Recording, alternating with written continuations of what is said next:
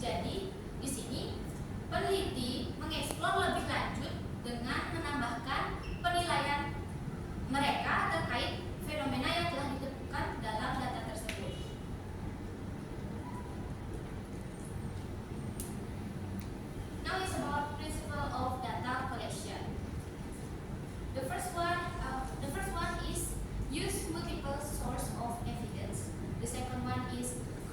case study database.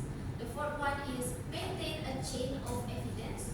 And the last one is exercise care when using data from social media sources. Ini dilakukan agar data kalian tidak melebar kemana-mana ataupun bingung saat mengkolek data tersebut. And now we move to advantages and disadvantages. So, advantages case study research is data checking is most often carried out in the context of its use.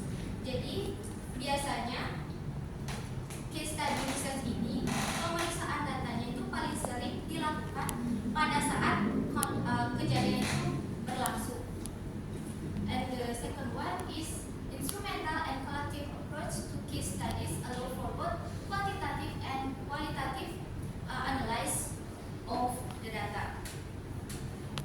And the third one is it helps explain the complexity of real life situation that may not be captured through experimental or survey research. Jadi penelitian ini membantu untuk menjelaskan kompleksitas situasi kehidupan nyata yang mungkin tidak bisa ditangkap melalui penelitian eksperimental ataupun survei.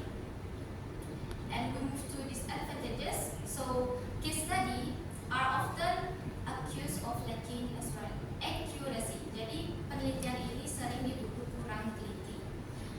Dan the second one is provide little basis for scientific generalization because they use a small number of subjects or even some of them are conducted with only one subject. And the last one is too time consuming as they are difficult to conduct and produce large amount of the documentation. Jadi penelitian ini lebih banyak memakan waktu karena sulit untuk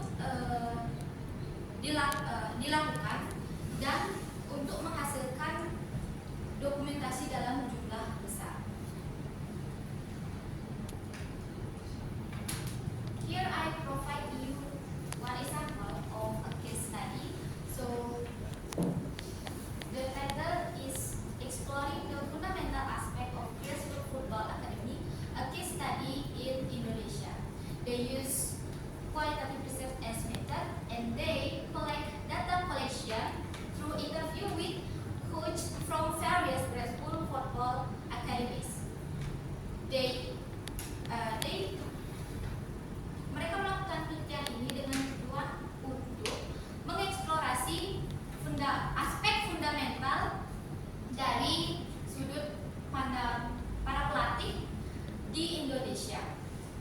And for the result, they found several fundamental aspects emphasized by Indonesian grassroots coach, and the key aspect by the participant is include mental training, discipline, practice, goal setting, concentration, confidence, motivation, and physical aspect.